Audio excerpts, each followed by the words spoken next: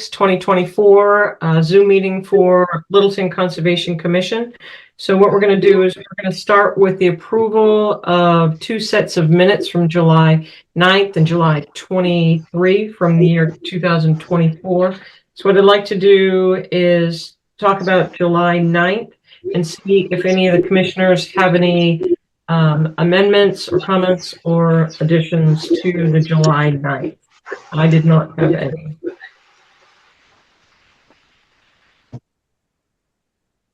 If we have no comments, would someone like to make a motion to approve, please?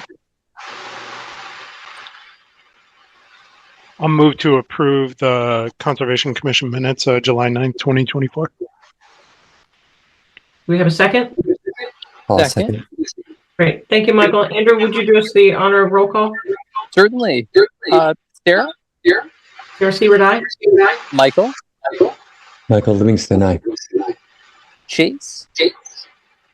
Chase Kerbeck, aye. Kyle? Field, aye.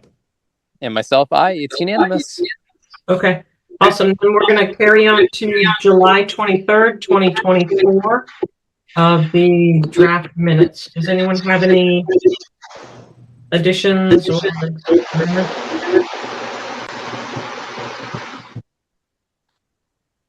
Do you guys hear a bit of an echo? I do, and I think it's actually coming from LCTV.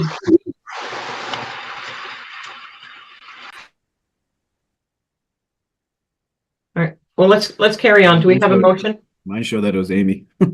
Weird. Because I wasn't hearing it, so it might have been me. Yeah, I'll make a motion that we approve the Conservation Commission meeting minutes from July 23rd, 2024. That's right. Second. Thank you, Andrew.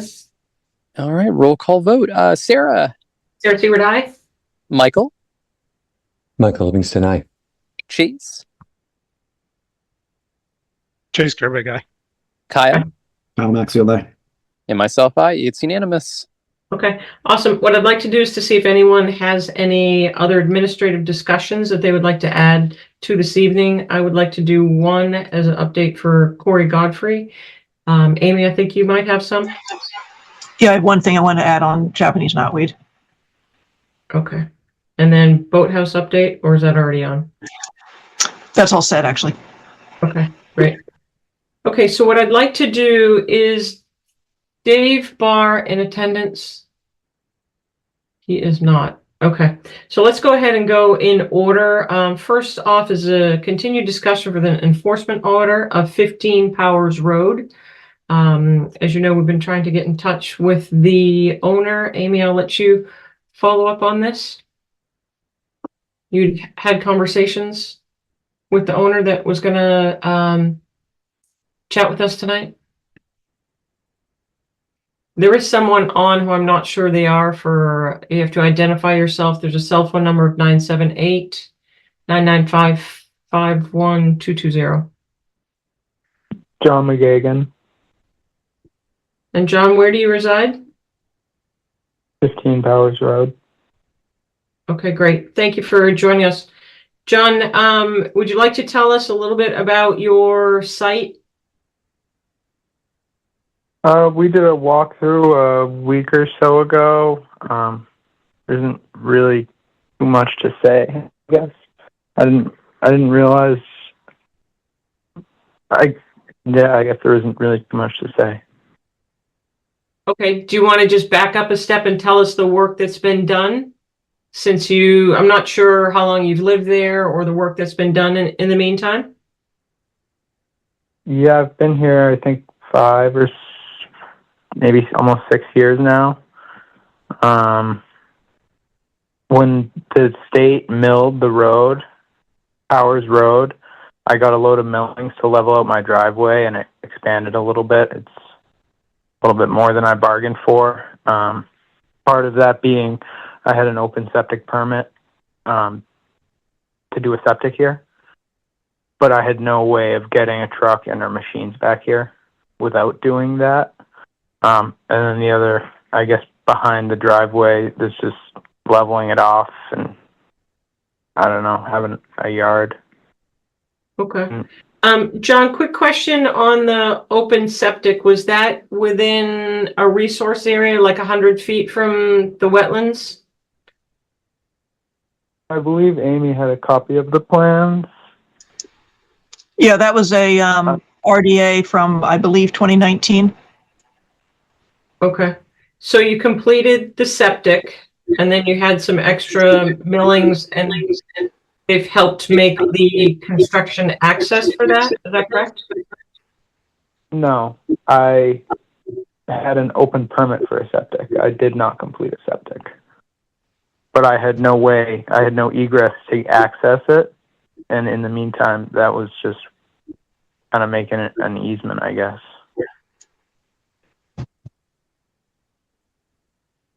Okay, commissioners, help me here.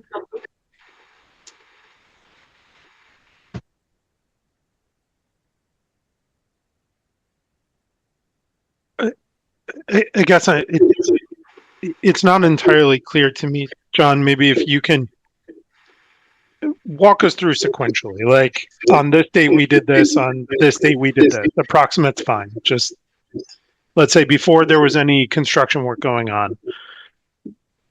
When Amy, did you start doing anything? And then Amy, it might be helpful for the commissioners if you have any photographs. Or I know Tim had some. Yeah, I'd say on or about 2020. I leveled out the backyard a little bit. It kind of, as the commissioners that came and did the site walk last weekend saw, the yard kind of pitched down on a slope down to the wetlands area, and I just made the slope a little bit steeper in some spots to level out the backyard. And then on or about maybe a year ago or a year and a half ago, whenever they milled Powers Road and repaved, I got a load of millings the first night and spread them in my driveway.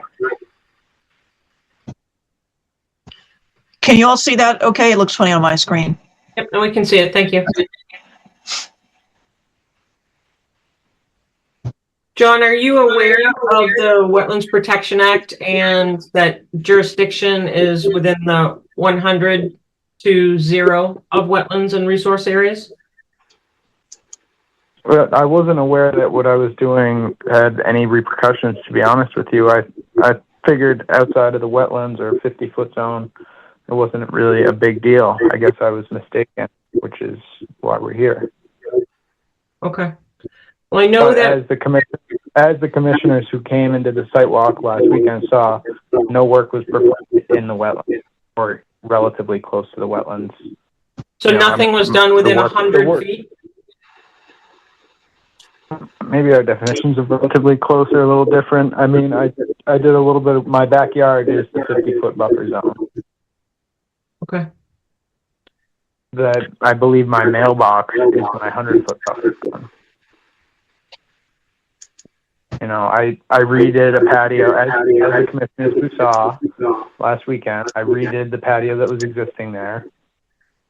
You know, I have a sandbox for my kids. I just leveled it off to have grass so the kids could play, I guess. I didn't realize it was a big deal to be within 100 feet, but I guess I'm right at the 50-foot, which I didn't realize, so.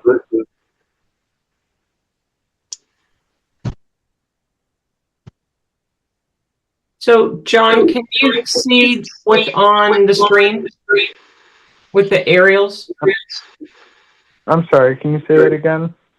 Yep. John, on the Zoom call, can you see what is being projected in the meeting, which shows your house at some period of time, and then more recently that shows a bouldering wall and what looks like structures as well?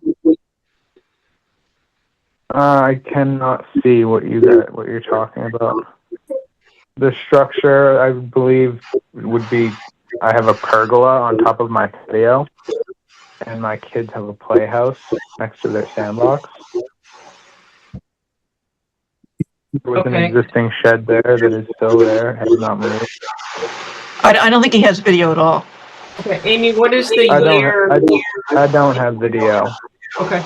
Amy, what is the year of the first picture of the slide? The left side is 2019, I believe. 2019, April 2019, and the right side is April 2024. So, John, it looks, so the aerial that goes over the town a couple times a year, so it doesn't just pick up wetlands, it picks up structures as well. So we can see a before and after of some of the work the significant work that's been done since 2019. Commissioners, comments? I mean, we're at the point now, right, where what we're trying to do is we've got an enforcement order in place. So the question is really, what is the potential resolution of the enforcement order, right? Right. Yep. We have to get engineer. And before we go down that path, I think you're pulling it up right now, Amy, but we are comfortable with the wetland delineation here. That was approved a handful of years ago. Yeah, we couldn't see, none of the flags were left, but I looked at these flags back in 2019, so I think they're probably a good enough representation. Okay.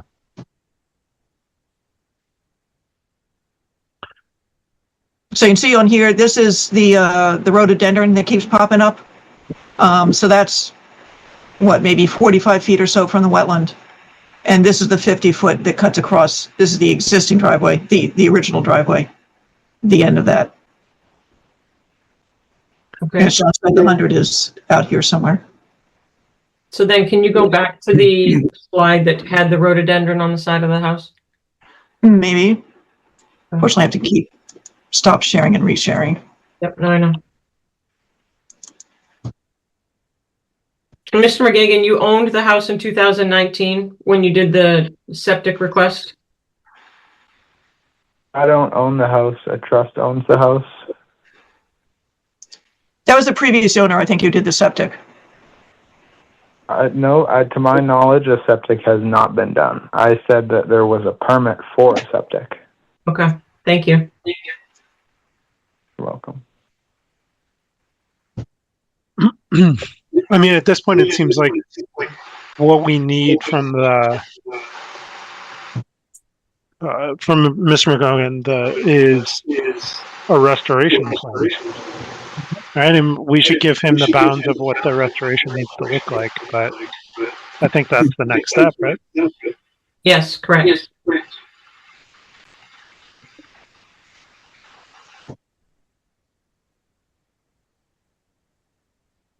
John, are you familiar that the commission's been trying to get in touch with you for quite some time?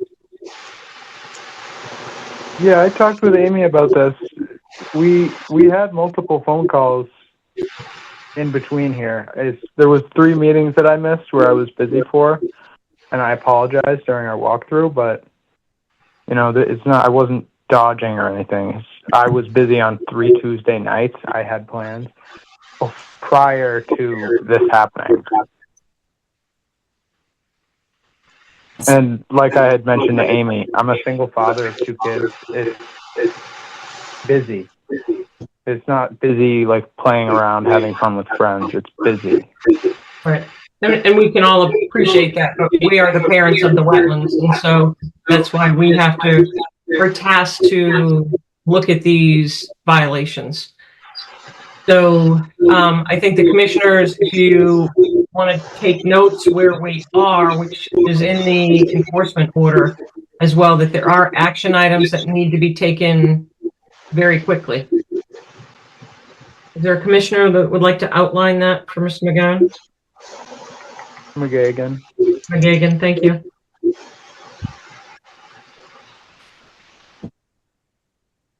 Andrew, Kyle?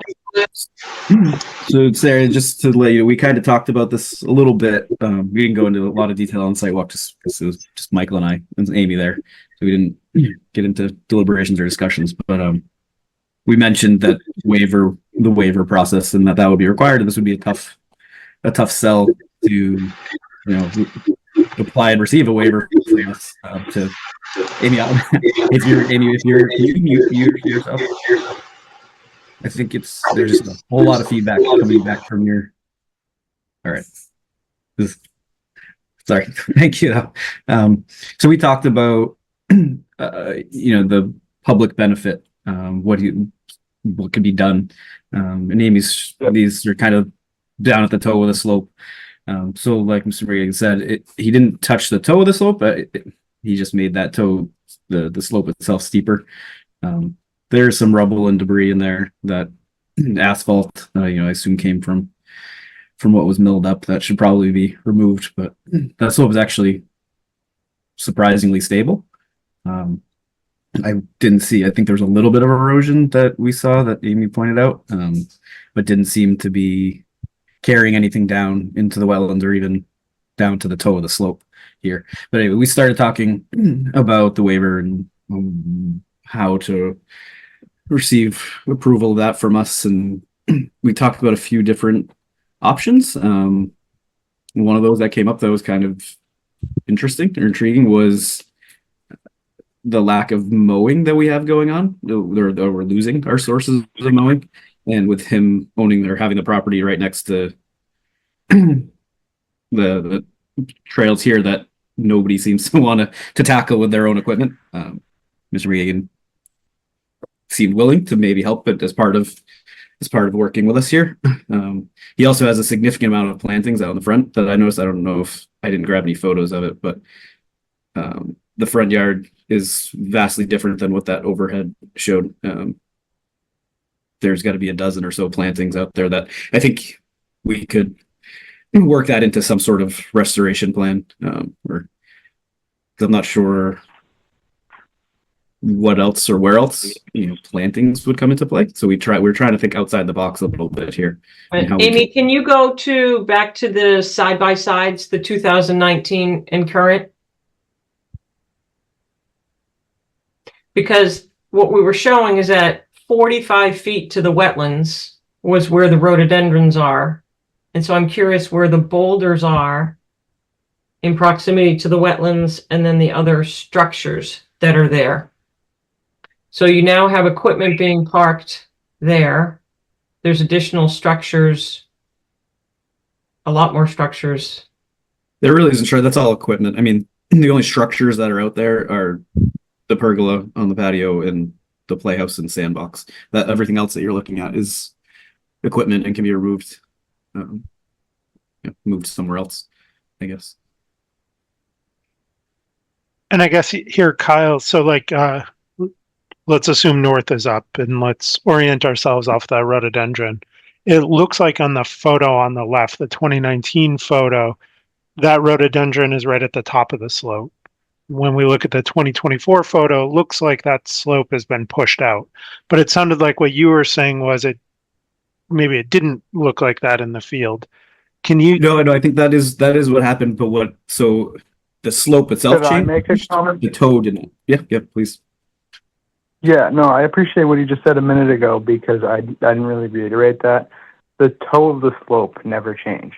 So if it was, a 50-foot run over a 10-foot drop, it's now just a 10-foot drop over 10 feet. It's a lot steeper, but the toe of the slope never changed. I was only up working like right behind my house. And that seems. And I'd that be more seems than fair to me. I'd be more than willing to let any other commissioners come by and do another site walk. I don't know. I really didn't think what I was doing was against the rules per se. And like those boulders the are commission just said, I'd be willing to do more plantings, blueberry bushes, or help out in other ways. And like you said, I live right next to this trail that I see the traffic that goes in and out of it, and it's not much. I walk down there with my kids, and the field's overgrown. Sam used to mow it once or maybe twice a year, and then more people would come for a little bit. But once it gets too tall, it's just like unusable almost. So, and I appreciate that. We have to think of, 5, 10, 15, 20, 30 years from now, who's the next Right. person that's gonna live in that house. Yeah. And we could end up with That's what we kind of. a contractor's yard in the back that we've already pushed out. I could really simplify it. I will not move. I will be here in 5, 10, 15, 30 years. So Amy, can you go back to that slide previously? So what we've done with enforcement orders is that we've asked for an environmental, a wetland specialist to kind of look at this and see what is in that bank and what we've added to that. Is that the one you Is that meant? something that you guys would pay for, or? No, we're not the one that's in violation. So it's the terms of the homeowner or whomever did the work in a buffer Like zone. Kyle said, with the asphalt I got from the road, I'd be happy to get the chunks out of there or any of the debris, like you guys said. What was the dimensions, the cubic yardage that you put in there? Oh, I don't know. How many truckloads? Maybe 4. So that's fill that if you'd come to the commission wouldn't have been allowed to go in there because of the area. You're within 50 feet of the wetlands. Oh, so that is like exactly what we're here for. I didn't realize. I was just trying to make it accessible for a machine or a truck to be able to come into the backyard for the septic. You know, it wasn't a malicious attempt at, fooling you guys. I really didn't think it was. I clearly could not go into the wetlands, and in my opinion, I stayed well enough away that nothing went in. There was no contamination to the wetlands, and and like Kyle said, the slope is extremely stable. 90% of the slope is grown in with 7-foot grass, weeds, you name it. The one spot that isn't grown in is just where the asphalt, the stuff I pushed back is. So, Sarah, if let's think of it this way: if the property owner were to come to us today and say, "Hey, I would like to expand or level out my yard," I can envision us saying, "You can level it out to the 50-foot buffer, but not any closer to that than that." Okay. So. Yeah, perhaps, but you would also Perhaps, I understand, but you're also thinking that you would use defined clean fill, and you would probably have such topsoil that you would be able to not make a parking lot, but you would be able to have vegetation such that the water would still make its way down through the soil, down to the wetlands. So 100%. So what I want to do though is I want to think of this. If the property owner came to us seeking a permit, we would say, likely, humor me here. We would say, okay, you can level out your yard to the 50-foot line with clean soil in a way that doesn't create an erosion problem. But beyond that, we are not going to allow you to fill in. And so I would expect the restoration plan here to bring it into a condition that we otherwise would have approved. And I think along those lines, we also would have said it needs to be adequately vegetated with an appropriate wetland seed mix. And you may need to plant some, let's say, additional shrubs or blueberries or something. And we may want to see some sort of demarcation so that you don't go past the 50-foot line with this. So I think that's the framework that we want, though, is if the property owner came to us, what would we have allowed? And then we frame the restoration to bring it back to what we would have allowed. And I think there's a difference between a yard versus a parking lot. 100% agree. I'd like to, the only parking lot near me is next door. That's conservation parking lot. I have a yard. All we can do is look at the aerial that's been. Just because it's dirt without grass, it's not a parking lot. I just want to make that very clear. Maybe the aerial you have is older or is less grown in, but Dated 2024. yeah, in April. But as the commissioner said, who came out a week ago, it's not exactly what it seems in that picture where you're claiming I also have structures back there. It's a pergola and it's a playhouse that are both definitely outside of the 50 foot buffer. And the pergola is on top of a patio that was existing. Yeah, Amy, can you scroll back up? Yeah, kind of these couple photos. This is what it looks like now, Sarah. I mean, it's Amy not took pavement, like 100 pictures but when it she is- came by. She has to it have. is, This is the it's not rhododendron here. pavement. Right. So I agree that this needs, if there isn't going to be work done on the septic anytime soon, this needs to be better vegetated. This one picture that she's showing now. And then the top picture, and this is kind of the end of the driveway. And like It I is said when we did permeable. this, So site I walk guess we last come week, back I'd be to happy what to we work would- with the commission. Okay, so I think that what we would do is structure it so that there would have to be an engineer, like we do with all enforcement orders, to kind of look at the site and give you guidance how to get it back to a naturalized state.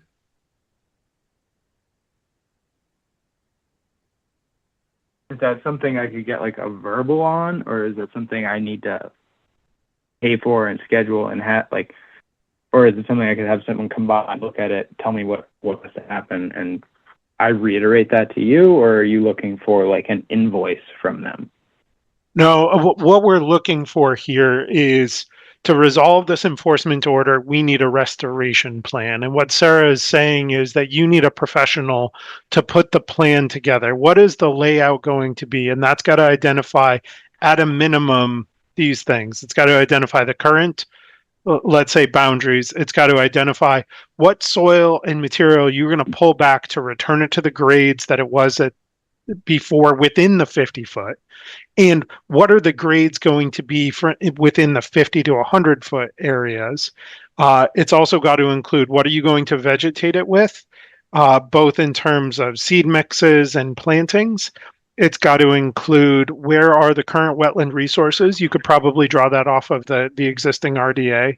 And it's also got to include some accounting in this case for how are you going to, let's say in areas outside of 50 feet, how are you going to remedy the fact that there are essentially unacceptable soils in there? So what else may need to be pulled back and replaced and revegetated there?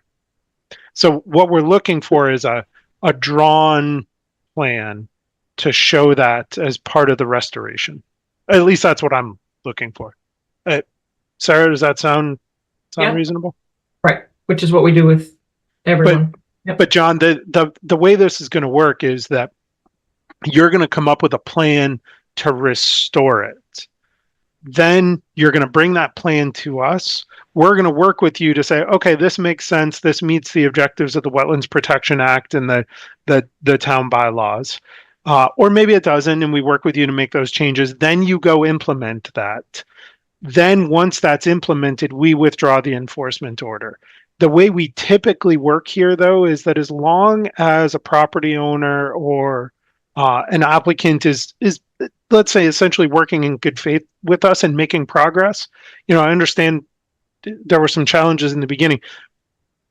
We don't intend to, I think, issue tickets as long as everyone's working in good faith. So I think what we're going to do here is likely set a timeline for you to provide to the commission a plan for restoration.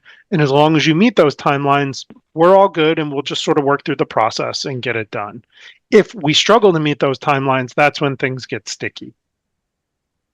So I'm glad you mentioned something about the tickets, because I still have $8,000 in tickets. Okay, John, I understand you want to talk about that. Can we put a pin in that for a second so we at least understand what the process is going to be here, and then we can come back to that? No, I think I'm on the same page as you, as long as everybody else is. So Can I ask we meet again on August 20th and then again on September 10th. Commissioners, when would you like to see a plan? I don't think it's feasible to have that for August 20th. I think based on how busy engineers are, someone that's qualified, I would shoot for the September 10th plan. I agree with that, Sarah. I don't think 2 weeks is reasonable. September so- 10th. Yeah, better. So what I would say now that we have had our first discussion, even though that we've tried to have this for numerous meetings, I would say we can cease Three. the tickets until such time as September 10th, as Chase mentioned, in good faith. So in the meantime, is that something that I still pursue through the court? So additional tickets would not be issued as of now because you've now actually started meetings with us. There's no longer been avoidance of the last. There was the walkthrough like a week and a half ago. There were 3 meetings that were missed.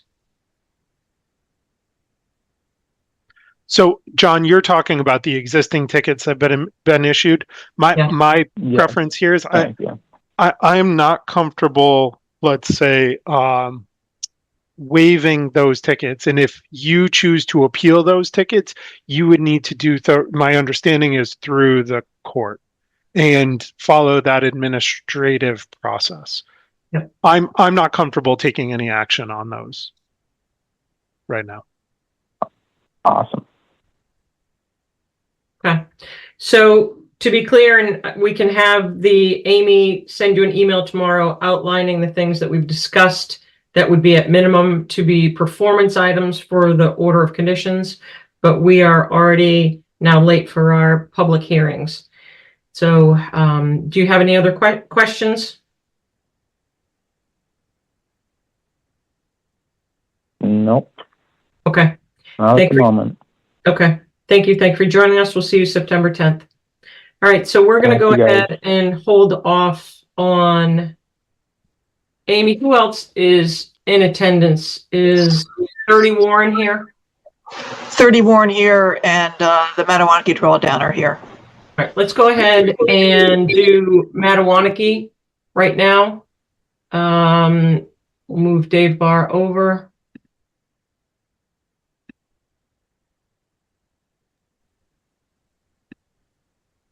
Amy, I can't get Dave Barr moved over on my end.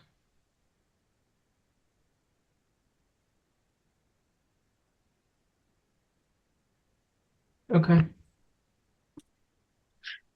Dave, we're going to give you about 2 minutes. Can we have an update on the Matawanaki drawdown, please?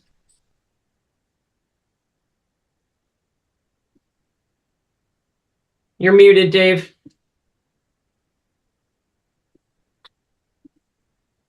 Dave, you're muted.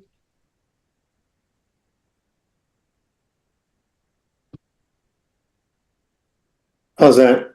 Good, thank you. Go ahead. Okay, sorry. My name's Dave Barr. I live at 49 Matawanaki Trail. I'm a member of Friends of Forge Pond, Littleton Clean Lakes Committee. And we do annual winter drawdowns on Lake Matawanaki, Forge Pond, to try to manage the invasive plants that grow in the lake.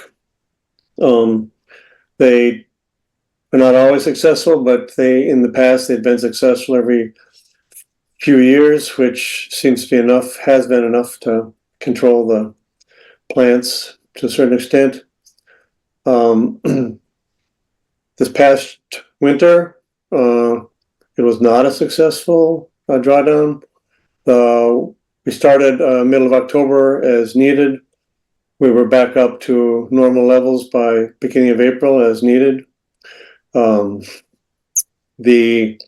weather was very warm. So even though we got the lake level down to within a little over a foot from the target depth, there was pretty much all winter, the precipitation was rain.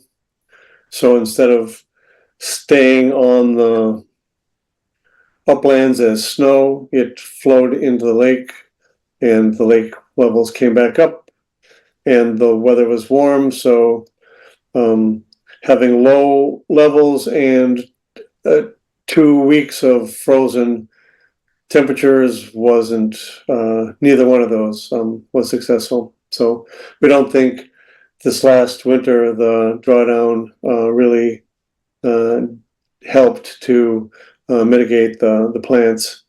And I just would mention that last summer the level of plants in the lake was extremely high.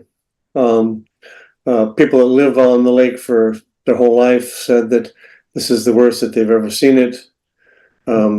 We have some ideas as to why that is.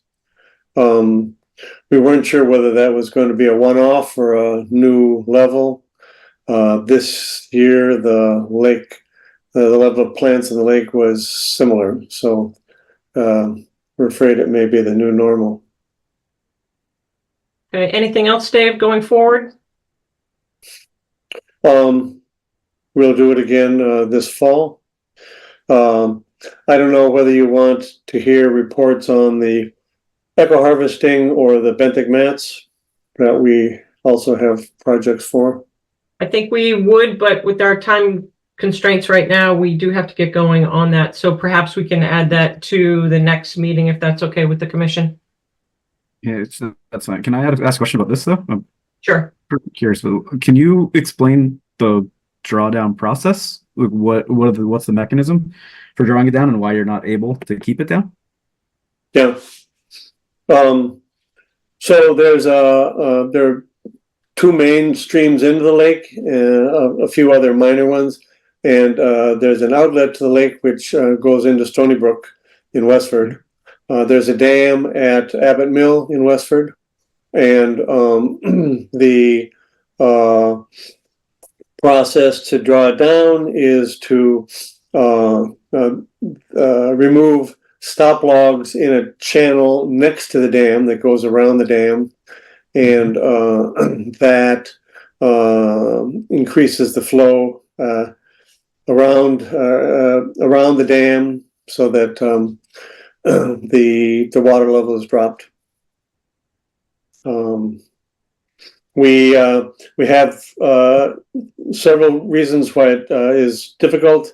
The ones that were especially a problem this last winter was the fact that it was too warm, so that this precipitation didn't stay on the upland as snow, but flowed into the lake and kept the water level coming up. Yeah, so I get that you have inflow, right? I'm an engineer, work with dams. I get that, but the stop logs are those wooden structures, right? You should be able to continue to remove those, right? If you need to take an extra one out to keep up, unless you're minimized by the amount of flow you can send downstream. Or have you taken out all the stop logs that you're able to, and that's can't keep. In theory, you have a dam structure. You could empty your pond if you wanted to, right? So there are 8 aluminum stop logs. There is one pipe. It's a 3 or 4 foot diameter. I forget what the diameter is. And all the stop logs are removed. There's no flow over the dam when the lake is low because the dam lip is too high. So the only way we have to bring water out is through the auxiliary outlet pipe. All the stop logs are removed, but so that's as much as we can do. Okay, so yeah, so the inflow exceeds the outflow. You have too much going in; it can't keep up going out. That outlet structure is incised appropriately. Is what it sounds like. There continues to be flow coming in from the tributaries into the lake. In a cold winter, we don't have precipitation also coming into the lake. It stays up as snow, so that reduces the amount of flow coming out. So we have basically flow going out equal to what the flow coming in the tributaries is, and even that is in a lot of winters more than we can handle with the outlet channel to keep the lake level low. And this year, you can see we had it down to almost 201, which is about 1.25 feet above the target depth. But then throughout December and January, and then again in early March, the water level came up, but because of precipitation. We do have some other constraints on, how much can go out. The outlet channel is not as low as it could be. We did bring that down a bit a few years ago as a project to try to increase the flow through the outlet channel. We're still trying to see how successful that was. We have funding this year to do an engineering study to look at H&H hydraulics and hydrology studies for a few possible changes to the structures and such that might improve the outflow during drawdowns to help us bring the water level down. That's good to hear. That's what that's where I was going. Basically, was you need to. It's not that you have a new norm. You need to adjust to what we're dealing with, right? Like you can't be comfortable with what your new norm is, right? If you're dealing with these invasives that shouldn't be there, and the way to help mitigate that is with these drawdowns. There's a way to make these drawdowns work. So I'm happy to hear that you're moving in that direction. That you'll be able to get there. Because if everything is sized and functioning properly, you'll get to the level you need to get to. Yeah, well, so the things that we're studying would hopefully increase the outflow, which would help.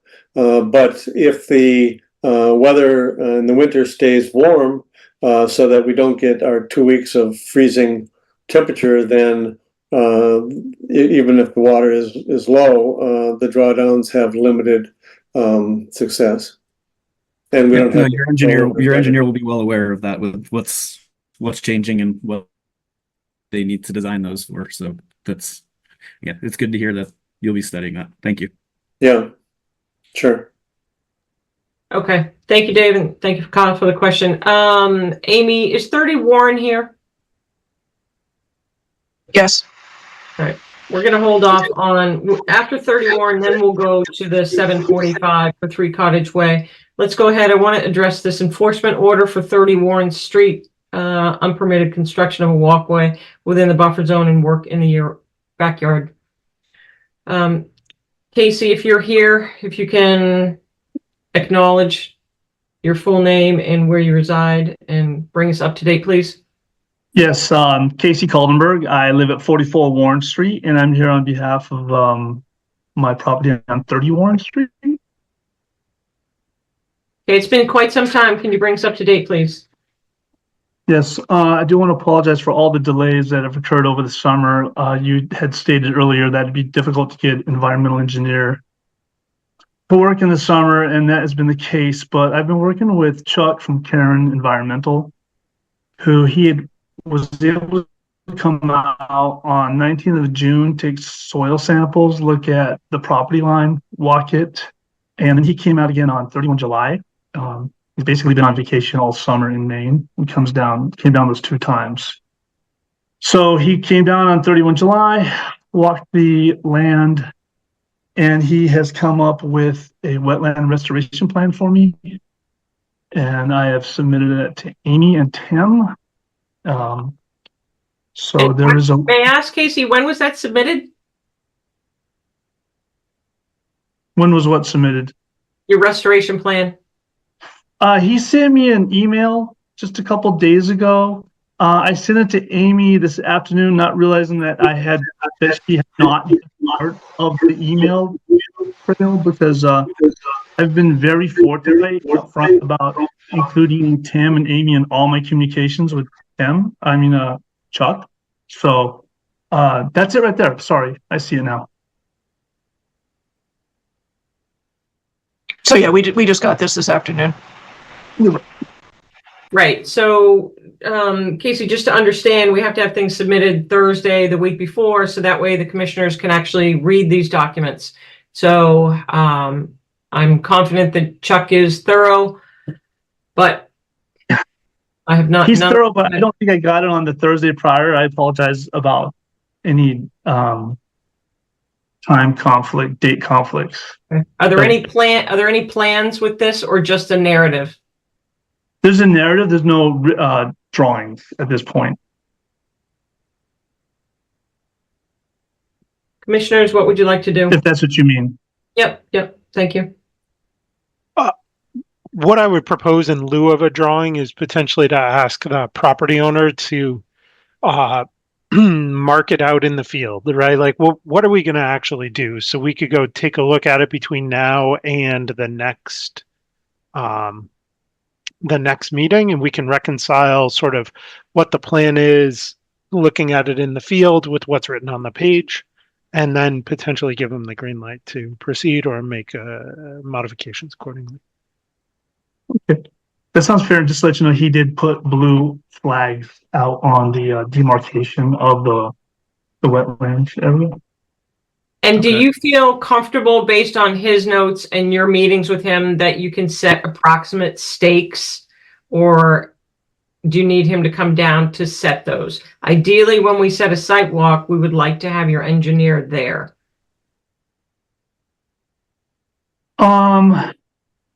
Yeah, I think the written instructions are pretty thorough, but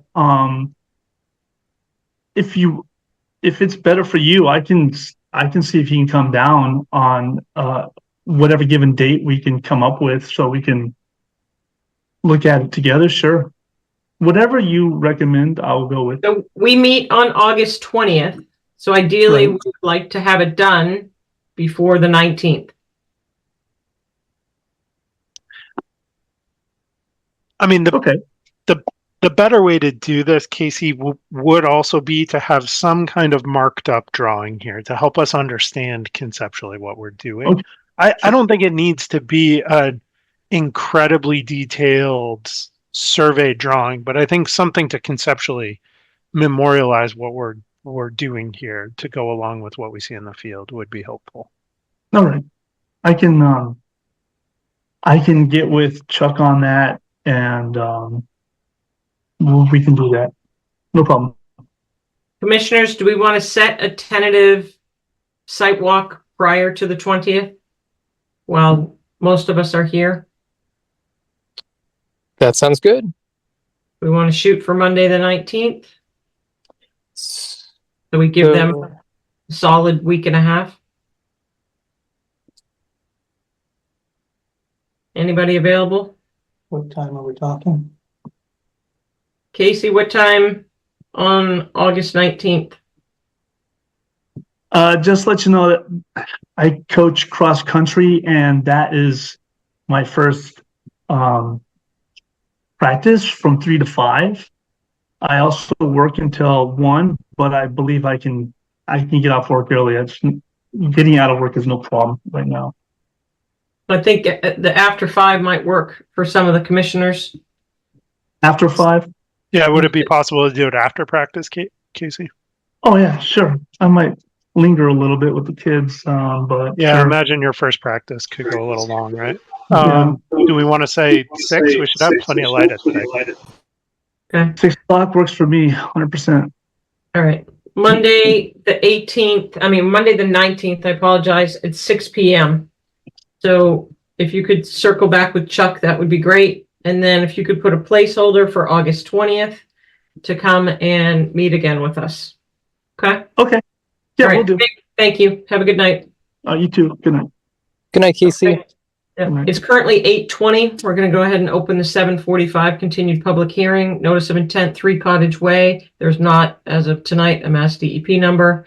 Bylaw waiver is required, rebuilding the gazebo and the dock permit. I think we were all set, but we were just waiting on the DEP number.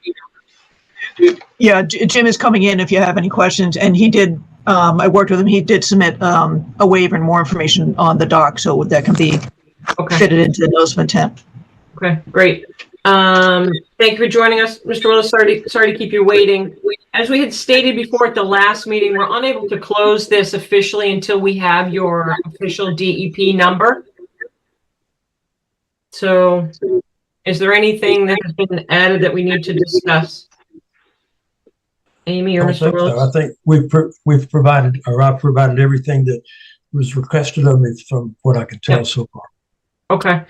So with the commissioner's permission, do we need to have Mr. Willis come in for August 20th, would you like, or provided that the DEP number is provided? What is your preference? Sorry, at the risk of, say, inconveniencing the applicant, on the outside chance that DEP has a comment Sure. that might need to be responded to, we probably do need to ask Mr. Willis to come in. That's great. So Mr. Willis, with your permission, we would like to extend this public hearing to August 20th. And Amy will let you know what timing is for that meeting. Okay, so that means that you'd like me to come back on the 20th? Yeah, yes, please. Yep. Unfortunately, we need to ask you to come back. Yeah, just in case somebody has some comments from DEP. All right. Thank you. Sorry to keep you waiting. Okay. Okay, thank you. Have a good night. Okay, it's Thanks. now 8:22. We're going to open the 8 p.m. continued public hearing. Notice of intent, 13 Winged Cove Road. No DEP number. Bylaw waiver required. Demolition and reconstruction of existing house and associated work. DEP did assign a number after the agenda went out. Okay, what's the number? 1008. And their only comment was that if there's any Chapter 91 issues, they should be addressed. So that's being done. And Kyle, you heard that it's 1008? The DOT number? Yep.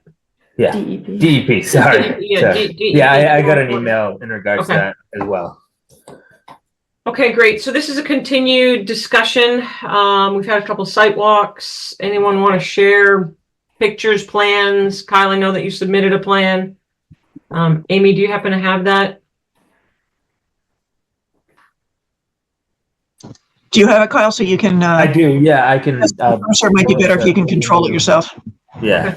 Kyle, maybe it might be best while we're doing that is to just talk about things that were discussed or learned and kind of going forward from the 2 site walks that are there. I know, I think the commissioners would like to learn about some of the existing drainage system that was put in as well, which I learned about on the site walk. Yep. Yeah, so the drainage that I put in it, we talked about all the runoff, and this had come up in years prior. The runoff actually comes all the way down the street, down through the drive. I had installed this drainage area to recover all of that water.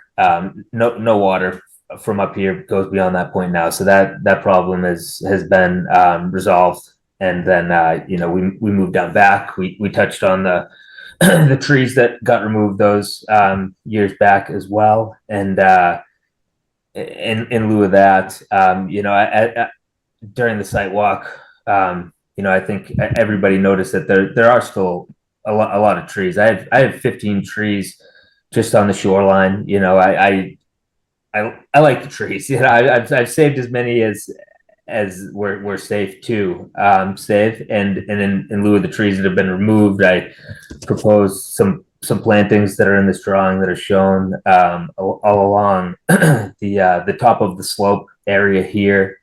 This would be kind of stabilized with bark mulch or even ground cover in between these plantings, which are proposed to be low bush blueberry and a mix of low bush blueberry and some rhododendron viscosum, swamp azalea, I guess is another term for that. And then I was going to plant some birch trees as well. The number and location of these things, I'm pretty open to your thoughts as well. Now that everybody has seen the site, questions and concerns and suggestions are all open.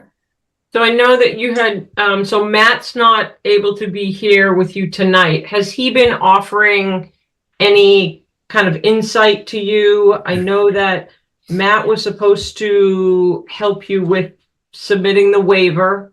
Yeah, I think he did that. I thought he did that. There was a couple emails Yep. went back and forth. We've got a between him few and- waivers now. Yeah, there's a few Okay. waivers on the website. Yeah. And we've been discussing the plantings and things like that. The waivers I had pretty much left up to Matt.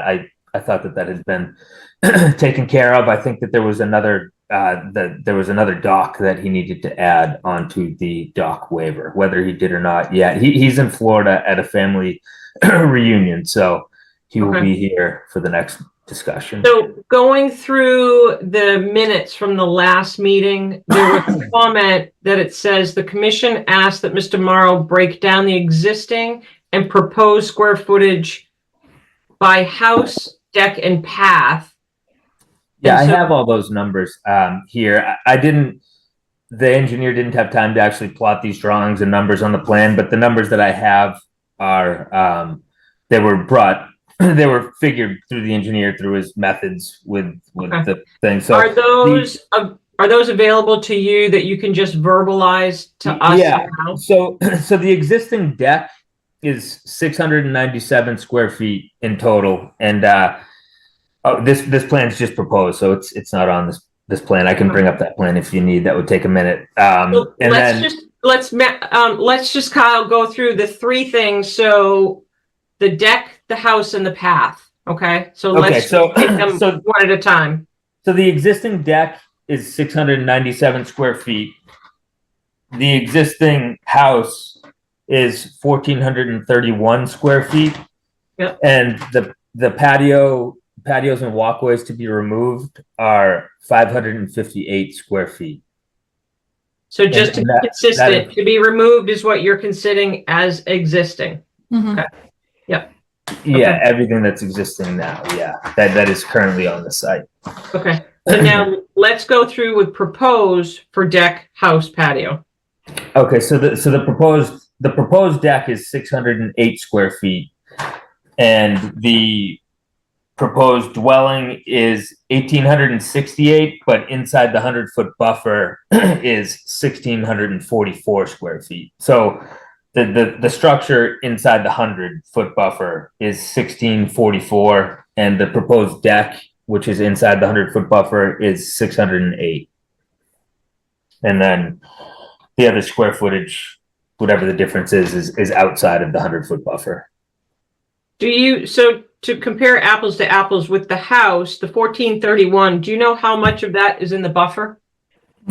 The entire existing structure is in the buffer, and there's 53 square feet of it inside the 50-foot buffer, and the Okay. entire 697 square feet of deck is in actually, sorry, that's not correct, because some of the deck goes down the side. I'd say probably 500 square feet of the existing deck is in the 50. So this work proposes just I unfortunately, the only good way to make this work to meet property offsets was the stairs, because of the elevation difference in the property. These proposed stairs do go slightly into the 50, just the stairs. There'd be no footing involved in the bottom of that, but the deck itself and all footings would be outside of the 50-foot buffer. So I'll be honest, I have not read the waiver. What, for I those have of not you that have, that's not helpful. Yeah, I cannot help you on any waivers, unfortunately. All right. I thought Matt would be here. He just told me this morning that he. Okay. So We'll blame it on him. So, yeah, I think the commissioners know where I'm going. Is like, I want to know what else is in that waiver, because if those stairs are the only thing that's in that waiver, we've told other people, just make it easier and get rid of that. I know you're doing. yeah, so the demolition would also be inside the waiver of the existing structure. Right, but the demolition's moving. It's not staying. Okay, yeah, I can work those stairs in differently and pull them out of the 50-foot buffer. Does any of the commissioners follow me on that? Or am I splitting hairs? I thought So we had essentially- talked about that the last time we looked at this, that I thought you had said you were going to turn the stairs to get them out of the 50. So the stairs in the original plan went all the way down to the patio, and I mean, this is the way I was hoping to do it, but I can change the stairs entirely to be out of the 50. Okay. Andrew, you had a question or comment? Oh, no, I was just going to say, so essentially we're just going to pull the stairs out of the 50 foot so that the waiver wouldn't be required at that point. So I think we'd still require the waiver for the demolition the of demo, existing, Right. but Yep. Demolition and restoration of that area would be in the Yeah. waiver, but that's on a positive side. Leaving the steps would be on a negative side. okay. Gotcha. So the steps will be out on the next plan. So this was like given that Matt's not here and I didn't have time, or the engineer didn't have time to actually plot all of these. You know, I was just hoping to kind of get your opinion on what's here, and you know, obviously suggestions of the stair removal. Right. Absolutely, we can remove that, and you know. So I want to share something with the commissioners that we talked about when Andrew was there and Amy when I was out. So one thing when we remove that area that's then going to be vegetated, what I really don't want to see is manicured lawn, because I'm still fearful with all these rains and the slopes that things over time, if it's really dry and we get a rain, it's just going to bounce and go down. That in one of the further sections of your lot, you have separate areas of plantings and it breaks it up and they're diverse. I would look and hope that you would do something like that to break it up and not have it so it's all grass, and so that it's really able to infiltrate, whether we call it a rain garden or something or whatever. That's something going forward that I'd like to see you and Matt Morrow work on. And then one of my other questions from that day was, when the house gets moved, where is all the roof drainage going? Can it be captured in that drainage system? Yes, the roof runoff will be collected entirely from the proposed structure, where the existing structure, there's no roof runoff collected at all. It all just runs, you know, there's a gutter over the deck that just drops into the ground. There's no erosion issues on the property, but you know, given that it's a proposed dwelling, and you know, obviously everything we're going through, I'm going to gather all the drainage runoff. The elevations work to where gravity's going to, so that there's going to be this wall here. The gutter will drop down where my cursor is for the rear of the structure. Gutter will drop down here, get gathered by this pipe that's labeled D for drain. And it'll also gather where my cursor is here and then run to this drainage area. And then as far as the plantings go, I did draw some planting Can we hold up 1 second on the drainage? Do you know what the capacity of volume is in that system? It's a very large drainage system. I can figure all the square footage and stuff like that. I honestly didn't, because I didn't know calcs were necessary for, but this gathers an incredible amount of water. You know, when we're getting 3 inches of rain, I'll walk out there and it'll be like a cyclone at this drain, and I'll look in and there's no standing water in these pits. It's an open bottom. There's 6 4x4 foot concrete chambers with 3 feet of stone all the way around them, and there has never been standing water in there. If there was, I would maintain it by removing this cover and having a vac truck suck whatever debris that's causing it to clog up out of there. This drainage system is definitely crucial to the property. So I'll, you know, I actually myself look at it often to make sure that it is working. And, you know, like I said, it takes an incredible amount of water. And as far as drainage systems go, it's, you know, much greater than whatever would be proposed engineering wise. I don't know why I put such a large system in, but Kyle, I do have a couple questions about that if you'll entertain them. Yeah. One is, make sure I understand it. So the current dwelling doesn't discharge any of the gutters to that drainage system, correct? No. It's all just downspouts. Yeah, yeah. There's no gutters on the existing house at all, except for over the deck. And yeah, None at all except for that. Right. There's that one little one over the deck, right? Yeah. Okay.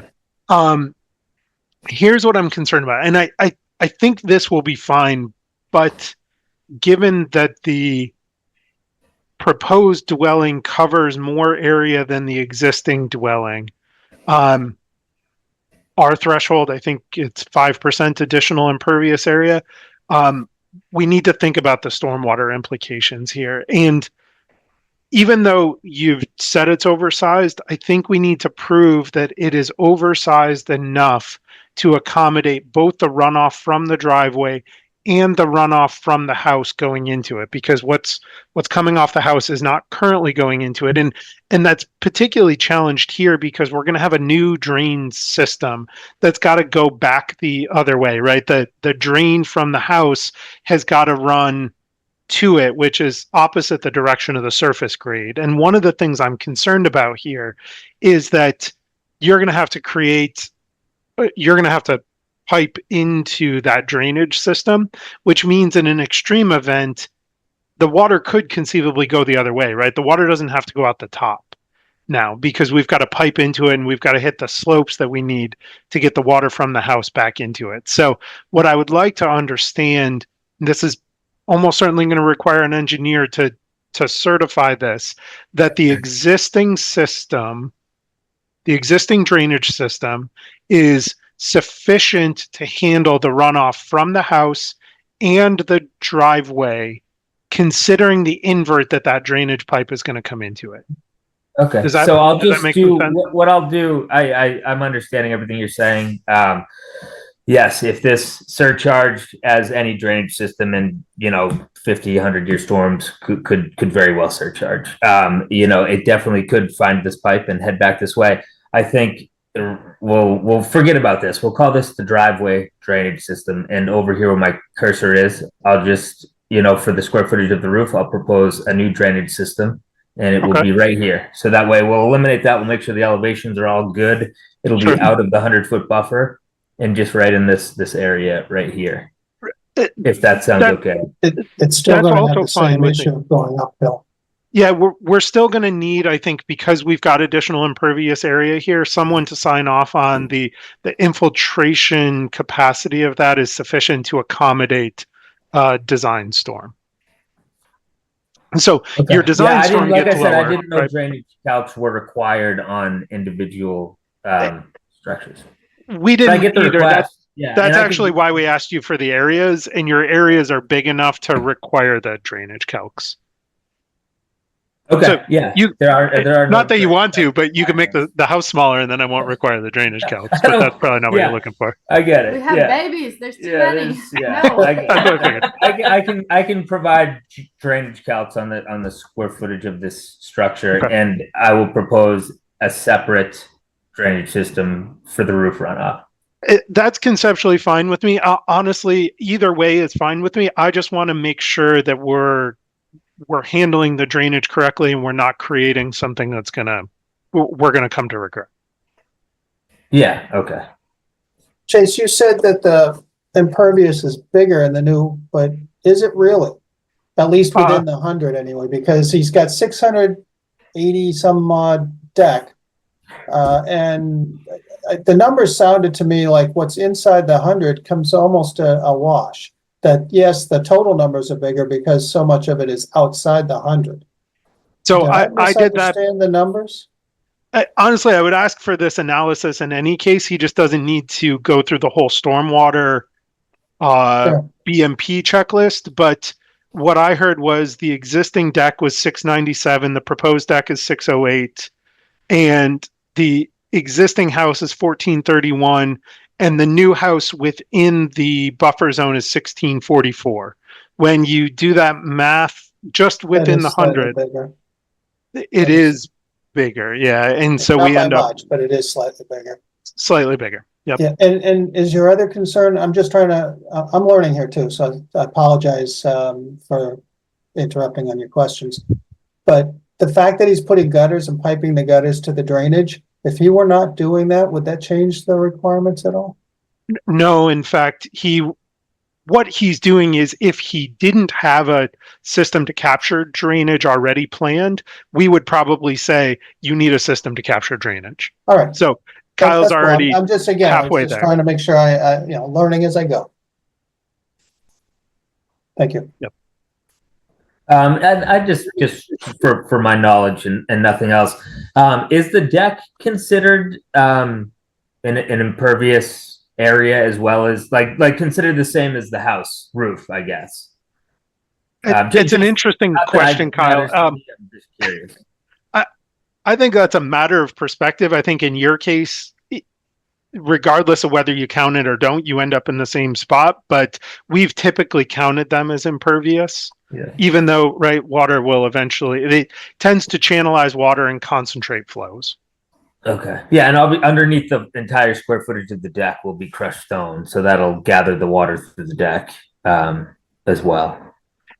And typically we've allowed that, right, to have, let's say, different stormwater capture systems, right? So underneath the deck, because it's crushed stone, that should absorb that water without too much of a challenge.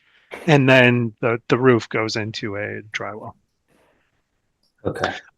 The other piece that I think we would want to memorialize, and this doesn't need to be a long drawn out thing, and I know you all plan on being in that house forever, but I do think we want some sort of O&M commitment associated with how to maintain that, right? Like a dry well, or if it's piped into the drainage system, is only as good as the maintenance of it. So think about that. It could be as simple as a one-page, here are the things that we do on an annual basis, right? We don't ask for a big industrial stormwater O&M plan for residential property owners, but it is something that I'd like to make sure is on file so that someday when you do sell this house, the new owner gets that and goes, oh, here's what I need to do.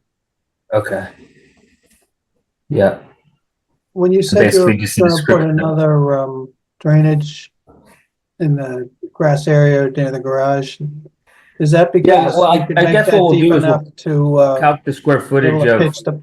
No, I get that, but is the reason why you were thinking a second one so that you can make it deep enough to pitch the gutter drains and not have any problems?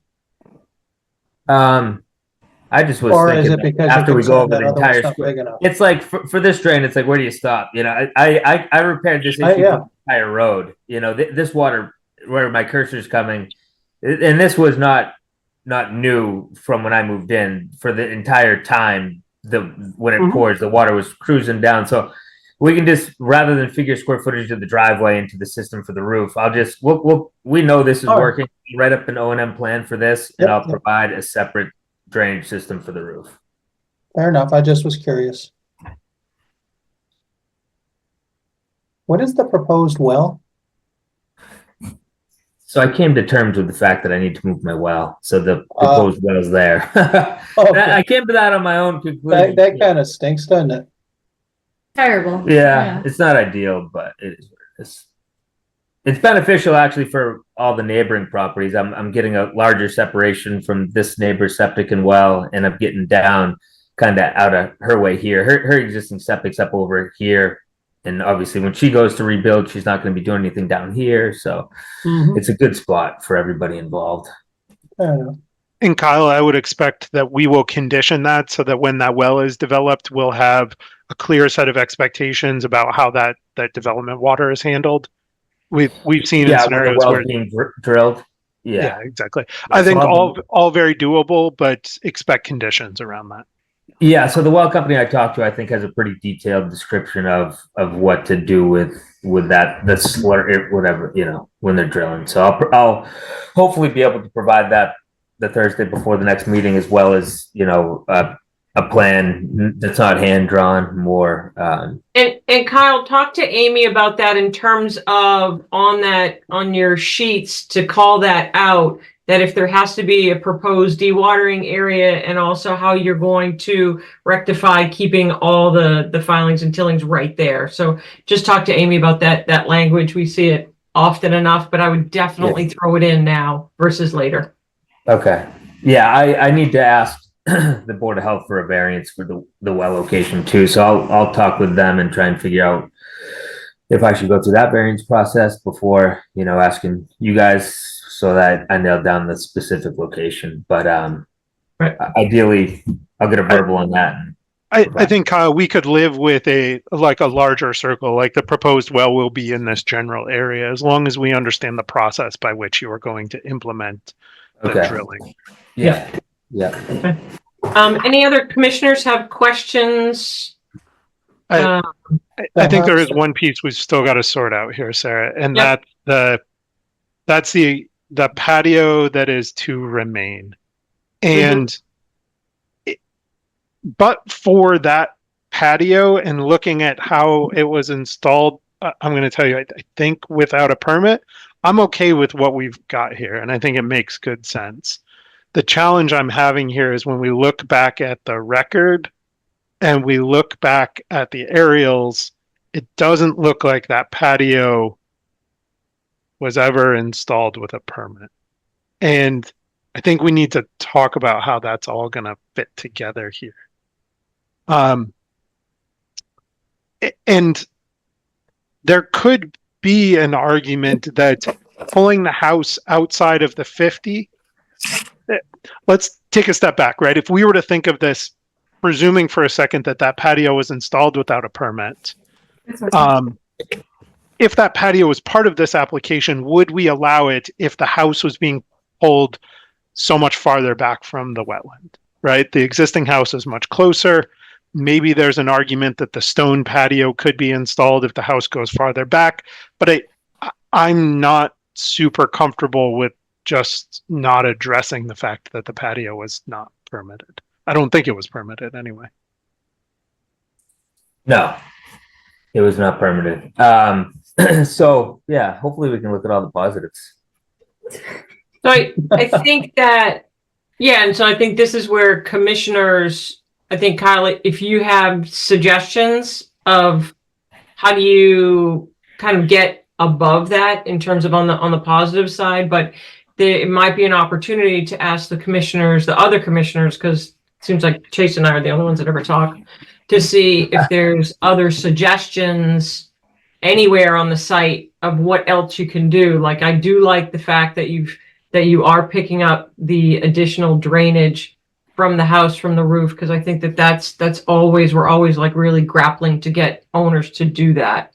So yeah, and I've proposed all these plantings that, as I want to stress the fact that there's absolutely no erosion issues or runoff issues on this property whatsoever. But I proposed all these plantings. I'm assuming that I'm probably going to actually have more plantings than this when it's all done. As you guys saw, I plant stuff, I maintain it, I like it.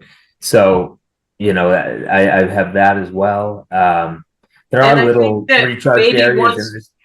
Once you and Matt get back together to really come with a specific kind of like robust planting, that steep grade over to the top left of this as we look, I'd like to see that naturalized so that it's not like a hedge, but that there's some other growings, and then maybe your Canadian geese won't come up on the hill as well.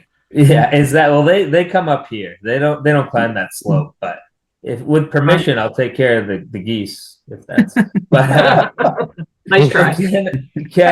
So are these plantings you're talking about more? I think to be like, ultimately when we dial this down, we'll want to know like where they are, how they're kind of like, you would have a separate planting plan so that they're not all in a row, that they're variegated and they kind of move as well.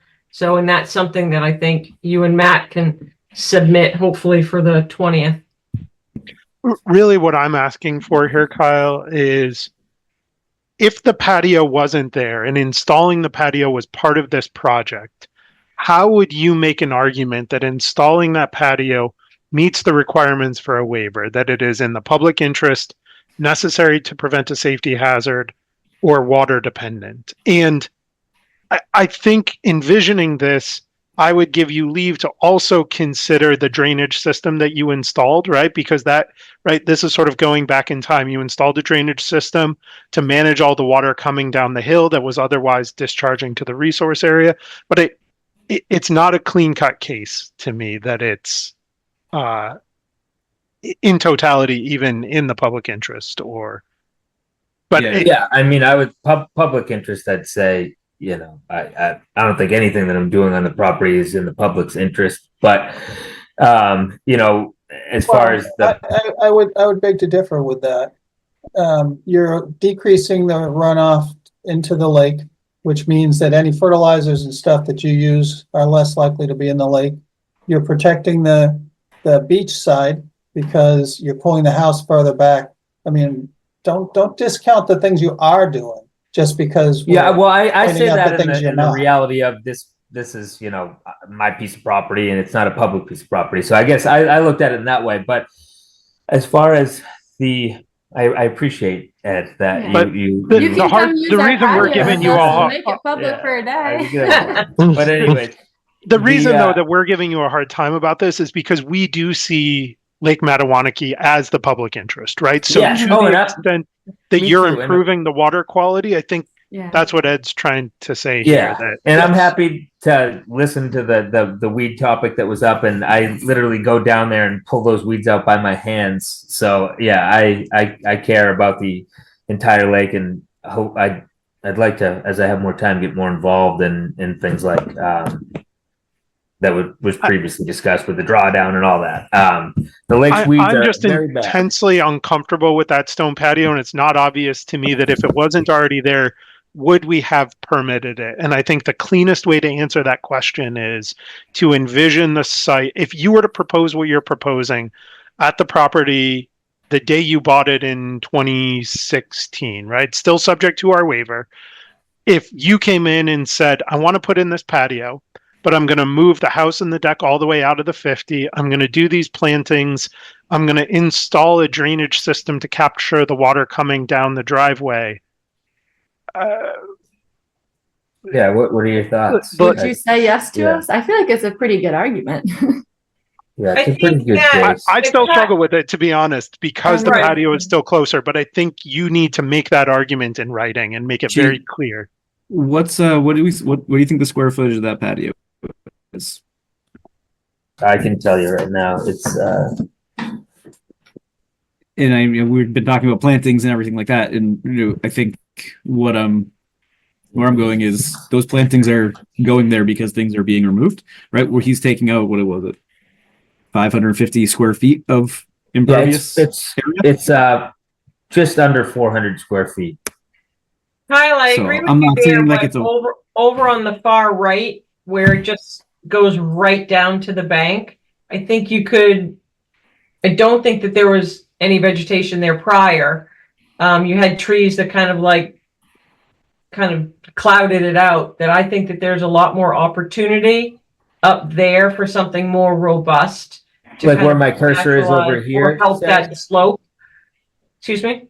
The right side of the property, like where my cursor is now? Yep, exactly. Yeah. And I think we also need to recognize that it's not just the stone patio. There was a walkway that's installed. So when I look at the existing, you gave us information, Kyle, about existing patios to be removed. In my mind, I'm not, to be honest, giving you any credit for that because I don't think it ever should have been installed in the first place without a permit. I don't blame you for that. So. Touche. All right. So, I mean, when we were on site, Kyle, we had the conversation of pavers like at Zero, Newtown, pervious, impervious, the maintenance. I'm somewhat under the way to be swayed that I'm nervous to pull something up to then put a different product down because we've seen so many replacements of walls and that in the last couple of years that have just gone pear-shaped. And I get nervous ripping things up sometimes to put them down. insensitive areas like that, but you break up the patio and put in some different areas where you can have some absorption. So yeah, you could, so I have you can see this area here is there's no stones there. That's a planting bed. There's a handful of plantings there, and actually it's not plotted, but there's the same thing over here that goes from the stairs and over, and there's a handful of plants in there as well. It slows down water. I mean, So water. Kyle, would you say that captures the runoff from the patio? Honestly, not in entirety, no, because the patio runs up to the wall here, and then it falls off into the grass area here, where it's grass right up to the wall. It's not like there's no splashing, there's no erosion. The patio's not super pitched either, so it's not like the water really runs in an aggressive manner. I could hand put in like a stone recharge here to slow it down, but I'll tread lightly with that because I agree with Sarah where things are naturalized and very, very stable at this point. I guess we kind of discussed what's Worth it. what's worth disturbing and what's worth leaving. But I would I leave don't that think open we to you should go guys. mucking around with that patio to too much extent of destruction and so forth, as much as take advantage of it to recharge the plantings in places that are needed, like Sarah is suggesting and you've pointed to and whatnot. I'm not a fan of breaking it up just because it's there, and maybe, if we can mitigate the impact of it, I personally like that better. so Kyle, I think, and I don't know how much from a horticultural standpoint, you and Matt, I think that this is where you would be able to hopefully set some of the commissioners' minds at ease that you've gone above board in order to really help facilitate getting plantings. And really, I think you might need someone to help you think outside the box to be like, okay, I visualize I'm not really getting a lawn, but I'm getting areas that can be enjoyed as a recharge in lieu of that patio. I may be wrong, but that's kind of what I'm hearing from some of the commissioners right now. So are you saying you'd like to see more planting areas than what I've drawn on here, or what are your thoughts on that? I'm just thinking, so for the next meeting, I can kind of have on that legit plan what you'd like. So I have a pretty extensive drawing, planting areas here. And this, now as we mentioned it, this is plantings and this is plantings where my cursor is. Do you want to see more plantings? And if so, where I know you mentioned over here, so I could throw another couple birch trees over here. There actually is a birch tree right here. So this is all wooded through. Every single tree over here isn't located, but you guys saw from the property where this bound is. It's in the woods. There's a lot of trees from this point over. So like over here, we shouldn't touch, and I don't know why I do that. So that's like up here. There's all large trees all in this area. And it could be we just met with some other applicant that had to take down some trees. They put in, more of a butterfly area, something for pollinator gardens, things like that. And that's where I think having someone else come in and look at more holistically, like what's missing, like what really does a birch tree add versus what else can you add that will help the native, insects and birds and things like that. I think that's where I could mow May in this area, and then just down here. Yeah. But while you're moving your mouse around, that says proposed stairs. Oh, Way back to the others. That was way back to the other plan. That has to come out. Yeah. Yeah. Thank you for that. Ed. Oh no, sorry. Actually, that arrow. No, that's all the way stairs to the over deck. here. No, it's the arrow all the way over. Yeah. Oh, really? That arrow actually points all the way over to there. Maybe move that all the way down to the lake. I was like, whoa. Yeah, no. So, well, I'll remove the toe of these stairs out of the 50, anyways. And then, But Kyle, I think what you're hearing is you really got to defend the idea that and explain why the stone patio if it were to be constructed as part of this project, why it still meets the requirements for the waiver. And that may require you to expand a little bit your thinking about the restoration and mitigation that needs to be provided.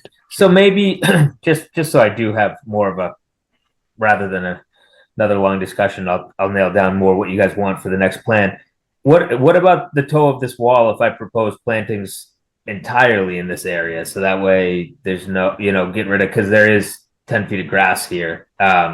Over here, that's space that I'd really like to keep and use. We have fire, whatever stuff you do by a lake over here with the kids, and I have these plantings which we'll provide in detail. And I want to stress again, there's no channeling, no runoff, no issues on these slopes. It's all natural vegetation. It's thick on these slopes. So this would just be in addition to the stable slope would be these berry bushes, and hopefully I can find something that's flowering that I can put in there as well.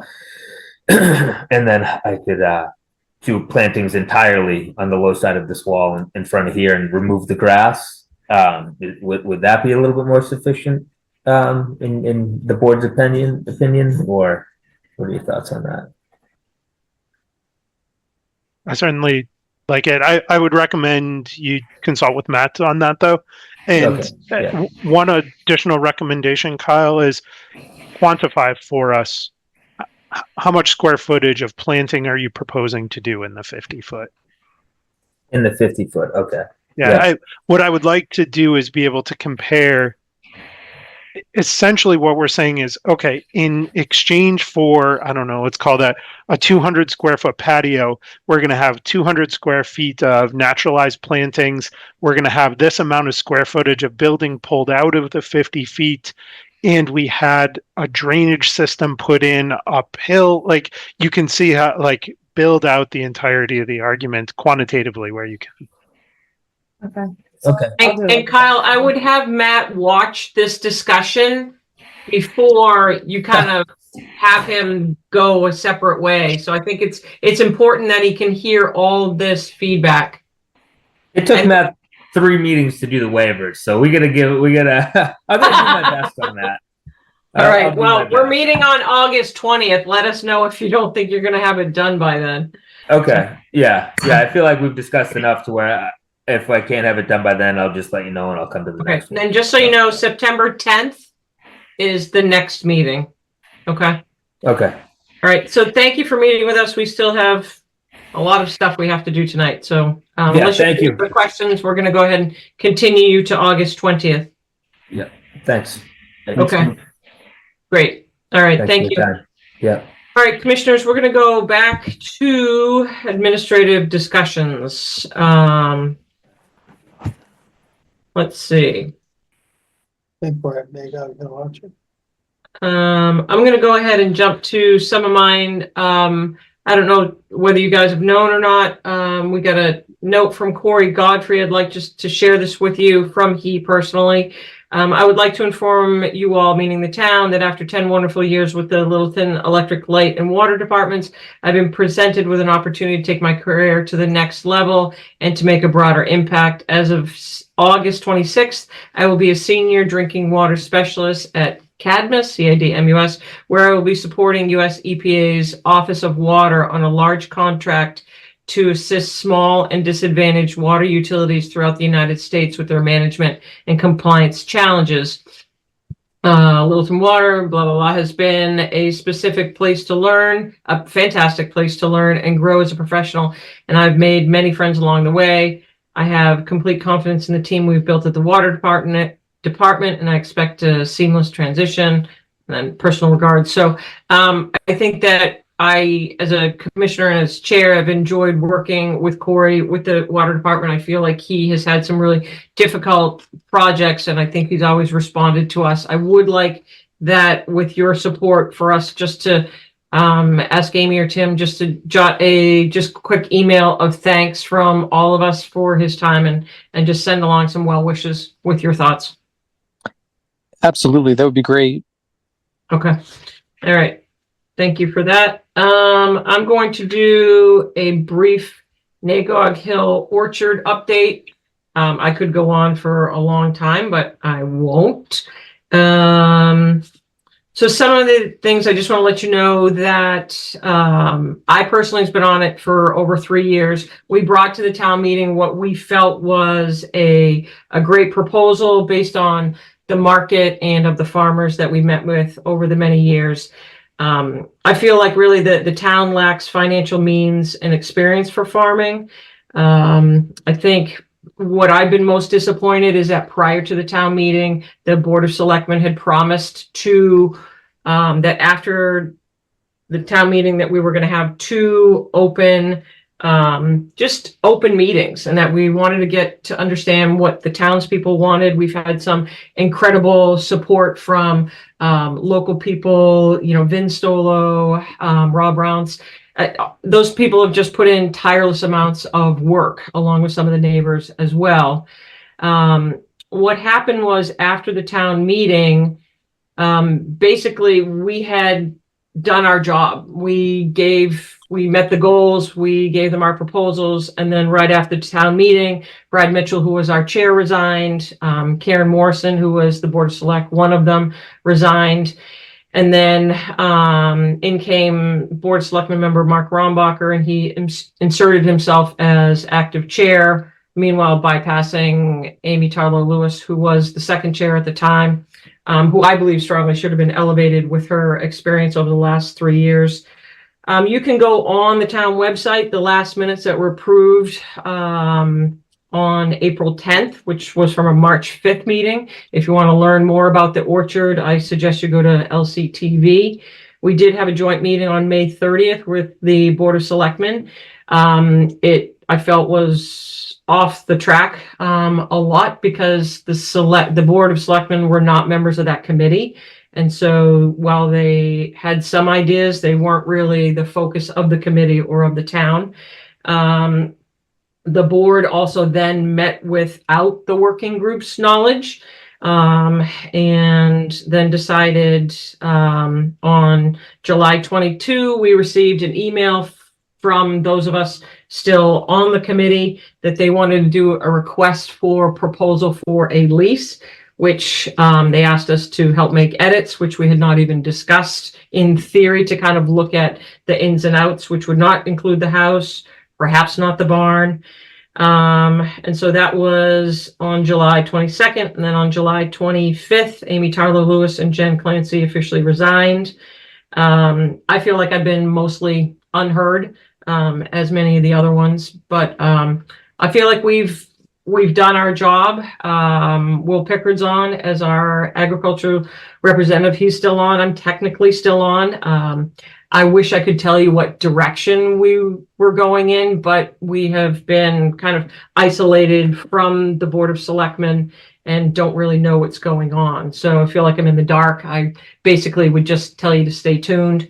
It was in a newsletter last week, 2 weeks ago. So there was an orchard update, which Amy Tarlow Lewis was gracious enough to write.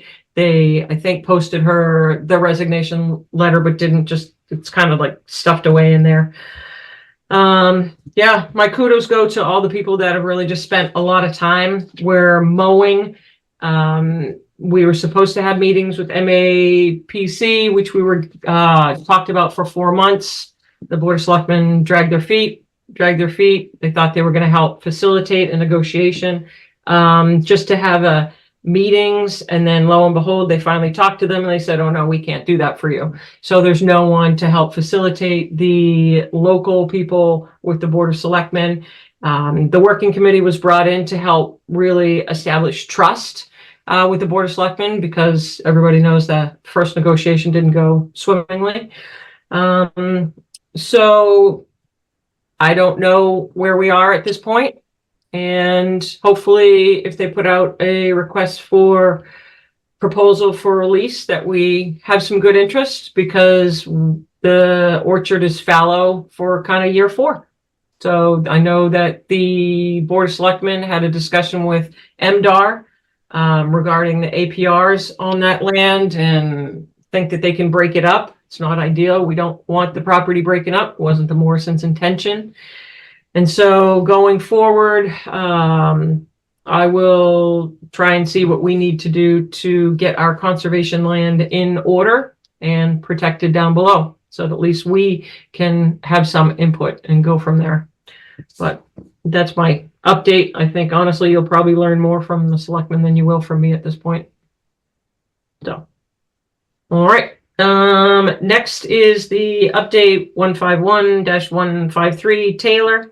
Quarterly groundwater monitoring reports, which is Mass DEP 204-0906 and 0917. Amy, anything on that? Sorry. Yeah, that's just, like you said, their quarterly reports over by Amazon. And I didn't know if anybody felt any need for them to come in, and or how long you want to keep getting the monitoring reports.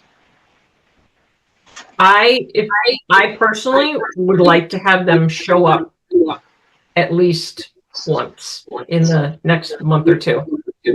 But that's my opinion. Oh, wait a minute. I see we have a hand. Can we back up? Sorry, I wasn't monitoring. Rob, you can, let's see. Amy, can you, there, you're unmuted. Rob, sorry. So if Rob, you can, yes, please, introduce yourself, Rob. yeah, Rob Rounds, 25 Juniper Road. First, if I'm understanding correctly, Sarah, you are not resigning, or you have not resigned yet. So one, I want to thank you for what I believe. I certainly understood everything that you said. Thank you for everything you've done. I hope that you will continue. I think I'm seeing a calendar, the working group. There are very, very few members, maybe meeting next week is my recollection. The other part that I'd say is, as attending the town meeting, I felt that the public was not informed. I think your reference to the 2 meetings that were promised and didn't happen, really, the town residents weren't prepared. I'll just ask, because so many of you are influential voices. If, you know, Chase, I recall that you spoke, Ed, I recall you spoke as well. You know, voices, regardless of whether I agree with you or disagree with you, are very, very important.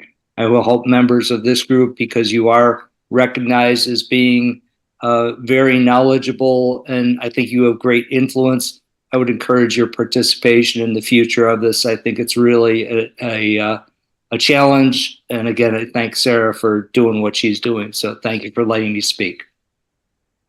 Okay. Thank you for all your time, Rob. I know you've been valuable input to this. And Rob, if you want to just briefly share your input that you've had with potential signatures, calling for special meeting, all your time that you spent in the town hall learning about that daunting process.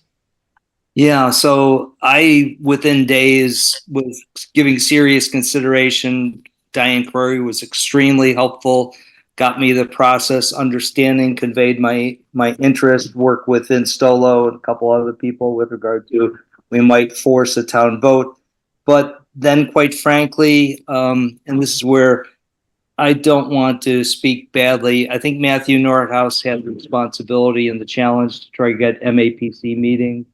I allowed myself to get stuck, if you will, in the belief that those meetings were going to happen. And I also thought that there would be, I'll say, a better expression of great and better cooperation between the select board and the working group. I come away at this moment quite disappointed. And yet I failed to be knowledgeable prior to the town meeting vote on May 7th. I've now gone back and listened to watched every LCTV since 2022. So I feel like I'm so much better informed. And that's why I'm asking for your voices and your participation going forward, because I think if they are able to do meetings, as I think is critical for the public, and a public hearing as well, education session, I think those go a long way. And that's where, again, whether it's you and Will, quite frankly, it was Brad who's still involved, Amy, Jen. I wish they were still involved. They're critical voices. They're clearly the most knowledgeable people. So much. Thank you, Rob. Amy, Kyle is in the attendee. I couldn't move him over. Okay. Thank you for your time, Rob. Yep. Thank you, Rob. All right, let's go. Request for certificate of compliance, 17 Mattawanakee Trail, Mass DEP 204-0985, tabled, awaiting stabilization. Oh, sorry, hadn't read that. Okay. Request for certificate of compliance, that's tabled as well. 19 Porter, helps when I read. Let's see, Webster parcel naming. Webster Woods, Webster Wetlands, Webster, what do we want to call it? The Webster land. The Webster land? Is that what you said, Andrew? I think that it's fitting. Or Webster Conservation Land. Oh, Webster Conservation Land, yes. That works for me. Kyle, Michael, thoughts? That's pretty easy. Yeah, that sounds good. Did the Websters themselves have any Where's all thoughts this on that? feedback coming from? Amy, here you go. It's you. Okay. Right. Sorry, Michael. Did the Websters themselves have any input on what they would like the name to be? Or would it be good to ask them about that? Chase? I haven't asked them about it. We certainly could. It's a good idea. I think that's a good idea. I assume they wouldn't object to being calling Webster something. Right. I mean, it's such a historic family. So let's make a motion to put forth a name to the family, and then if they say yes, we don't have to do another vote. Is that cool, Amy? All right, sounds Andrew, good. would you like to make a motion? Sure. I'll make a motion that the commission name the Webster property the Webster Conservation Land. Second. May we have a second? All right, roll call vote. Chase, Chase Carabay, aye. Ed, Ed Foltz, aye. Sarah, Sarah Seaward, aye. Michael, Michael Livingston, aye. Kyle, Matsulai. and myself, I. It's unanimous. Excellent. And I can go ahead and do that. He's getting some land stewards together anyway, so I'll talk to Lau. Oh, cool. Okay, Amy, you had something Japanese knotweed.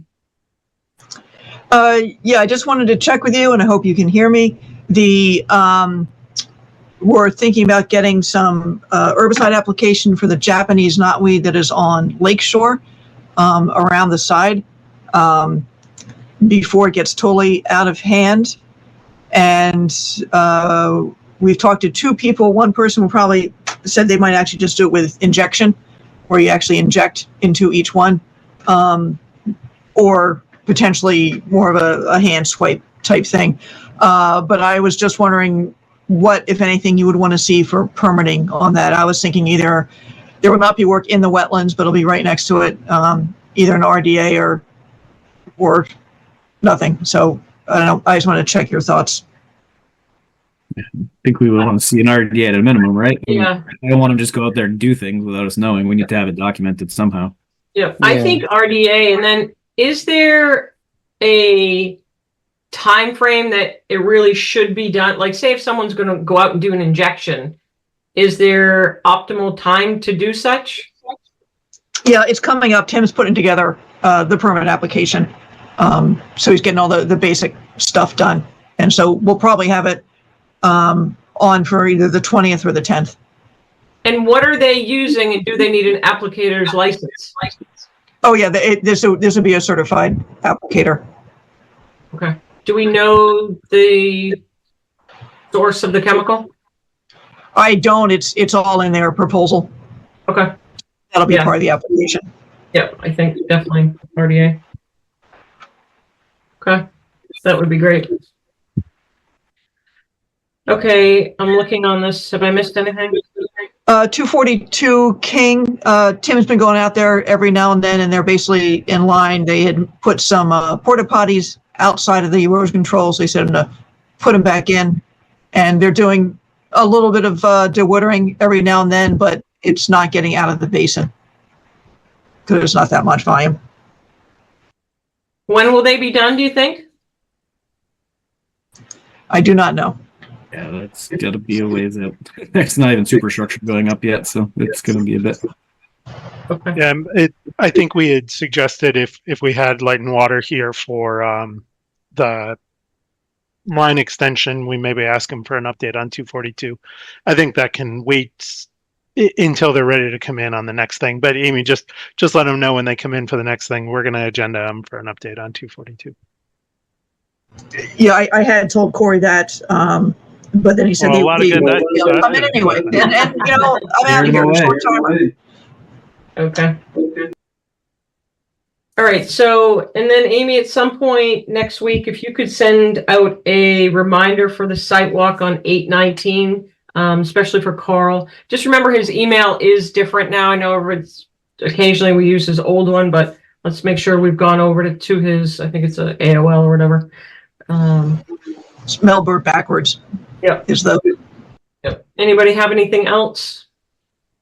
If not, may we have a motion to adjourn? It's 9:21. Motion to adjourn.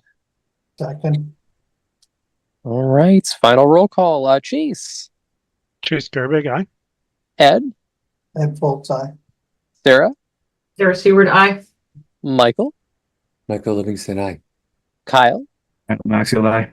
and myself, I. We're adjourned. Thank you. Stay dry, everybody.